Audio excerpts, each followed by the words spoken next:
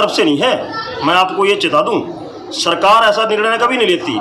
ये सिर्फ जो आगे अधिकारी और ये बैठे हैं, ये सब इसमें इनकी चाल है सारी। खून पसीने से सिंचाई करते हुए उगाई गई गेहूं की फसल को बेचने के लिए अधिकारियों की चौखट पर लगातार कई दिनों से गुहार लगा रहा है शाहबाद का किसान, लेकिन बावजूद इसके उसकी कहीं पर भी कोई सुनवाई नहीं हो रही। अधिकारियों का कहना है कि सरकार द्वारा 20 अप्रैल से 6 जून तक 42 खरीद केंद्रों के माध्यम से गेहूं की खरीद की गई थी। इस दौरान जो भी किसान अपनी फसल लेकर इन केंद्रों पर आया है, उस किसान की फसल का एक एक दाना सरकार ने खरीदा है। लगभग 1 महीने तक लगातार खरीद केंद्रों पर गेहूं की फसल सरकारी एजेंसियों के माध्यम से खरीदा जा रहा है। एजेंसी द्वारा गेहूं की आखिरी खरीद 22 मई को की गई थी। उसके बाद 6 जून तक का अतिरिक्त समय भी दिया गया। अब यदि कोई किसान फसल भेजने के लिए रह भी गया था तो वह जून तक आ सकता था, लेकिन उनके पास किसी भी किसान की फसल की खरीद के बारे में कोई जानकारी नहीं है।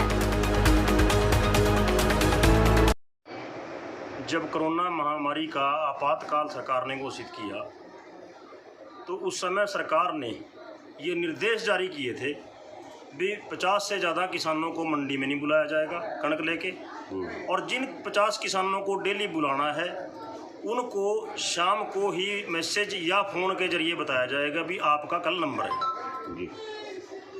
और सरकार ने इसकी जो खरीद थी वो 3 चरणों में घोषित की थी, 20 अप्रैल से मई तक, और मई से 1 जून से जो 30 जून तक खरीद करनी थी वो तीसरा चरण था।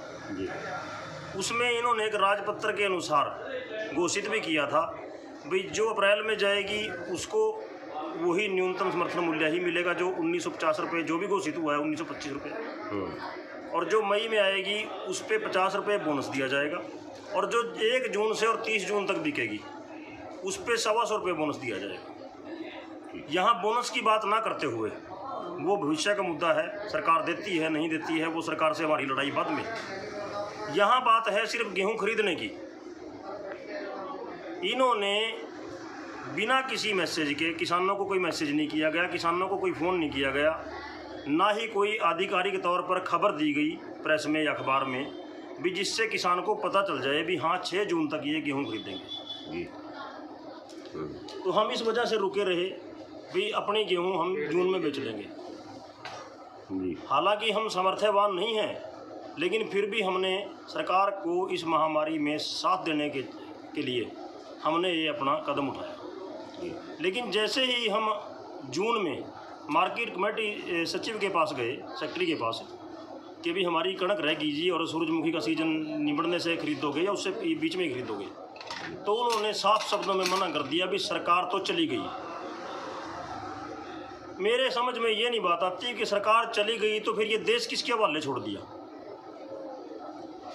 या तो फिर यहाँ अंग्रेज़ों को आना चाहिए। मेरी 2 एकड़ की फसल है, और इसी तरह से कल मेरे पास छोटू राम मछरौली जी हैं, उनका फ़ोन आया कि मेरी भी 20 से 25 कुंटल कणक अभी ट्राली में लोड खड़ी हुई है।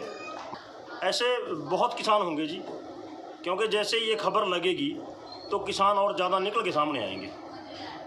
तो मेरी सरकार से गुजारिश है भी इस विषय पर जिसने भी ये फैसला बदला है उसके खिलाफ कानूनी कार्रवाई करें, और किसानों का दाना दाना खरीदने की जो बात सरकार ने कही हुई है, जब सरकार ने इंटरनेशनल मंडी कर दिया है इंडिया को, कहीं भी किसान कोई अपनी फसल लेके जाके बेच सकता है, तो फिर हम ये भी कहते हैं कि 12 भी खरीदनी चाहिए उनकी। इनसे डिस्टेंसिंग भी बढ़िया रहेगी, और अभी 1 साल तक कम से कम इस थ्योरी पे सरकार की चलना पड़ेगा लोगों को।